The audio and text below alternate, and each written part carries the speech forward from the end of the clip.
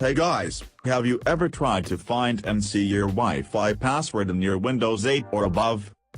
If you go into here, and right-click your Wi-Fi network, you only see these three options, unlike Windows 7 and XP.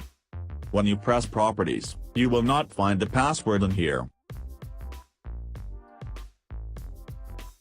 So here is the method to find out the password of the Wi-Fi, which you are connected to. If you find this video helpful, then subscribe to this channel.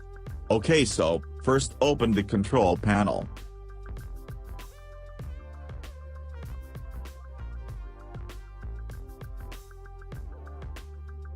Okay, now in here select the View by Category option. And now select this option. So here you see the Wi-Fi network that you are connected to. Just simply click here.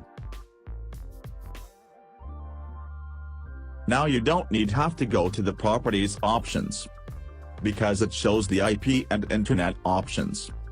Just go to the Wireless Properties.